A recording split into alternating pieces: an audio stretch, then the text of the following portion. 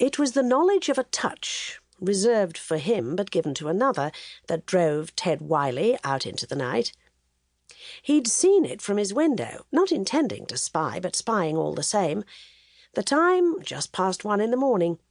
The place, Friday Street, Henley-on-Thames, a mere 60 yards from the river, and in front of her house, from which they'd departed only moments before, both of them having to duck their heads to avoid a lintel put into a building in centuries past, when men and women were shorter and when their lives were more clearly defined.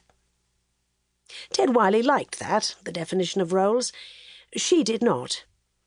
And if he hadn't understood before now that Eugenie would not be easily identified as his woman and placed into a convenient category in his life, Ted had certainly reached that conclusion when he saw the two of them, Eugenie and that broomstick stranger, out on the pavement and in each other's arms.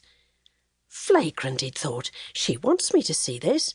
She wants me to see the way she's embracing him, then curving her palm to describe the shape of his cheek as he steps away. God damn the woman, she wants me to see this. That, of course, was sophistry, and had the embrace and the touch occurred at a more reasonable hour, Ted would have talked himself out of the ominous direction his mind began taking. He would have thought, it can't mean anything if she's out in the street in daylight, in public, in a shaft of light from her sitting-room window, in the autumn sunshine, in front of God and everyone, and most of all me.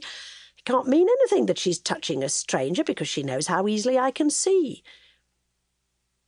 But instead of these thoughts, what was implied by a man's departure from a woman's home at 1 in the morning filled Ted's head like a noxious gas, whose volume continued to increase over the next 7 days, as he, anxious and interpreting every gesture and nuance, waited for her to say, "Ted, have I mentioned that my brother, or my cousin, or my father, or my uncle, or the homosexual architect who intends to build another room onto the house, stopped for a chat just the other night?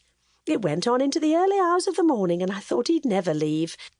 By the way, you might have seen us just outside my front door if you were lurking behind your window shades, as you've taken to doing recently."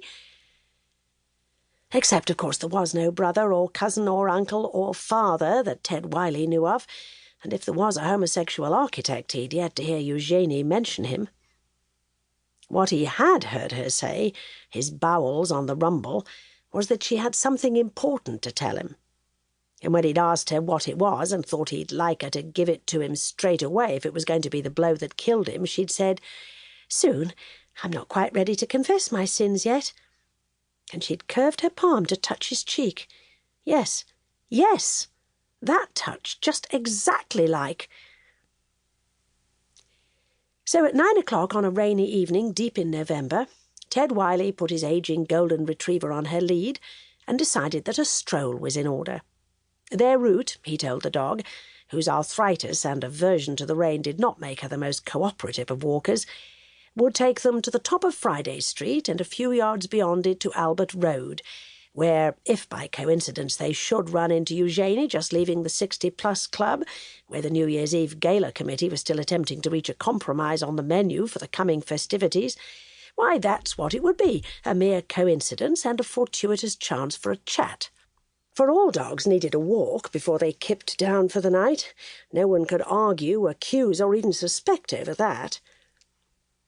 The dog, ludicrously, albeit lovingly, christened Precious Baby by Ted's late wife, and resolutely called PB by Ted himself, hesitated at the doorway and blinked out at the street, where the autumn rain was falling in the sort of steady waves that presaged a lengthy and bone-chilling storm. She began to lower herself determinedly to her haunches, and would have successfully attained that position had Ted not tugged her out onto the pavement with the desperation of a man whose intentions will not be thwarted. "Come, PB," he ordered her, and he jerked the lead so that the choke chain tightened round her neck. The retriever recognised both the tone and the gesture. With a bronchial sigh that released a gust of dog breath into wet night air, she trudged disconsolately into the rain.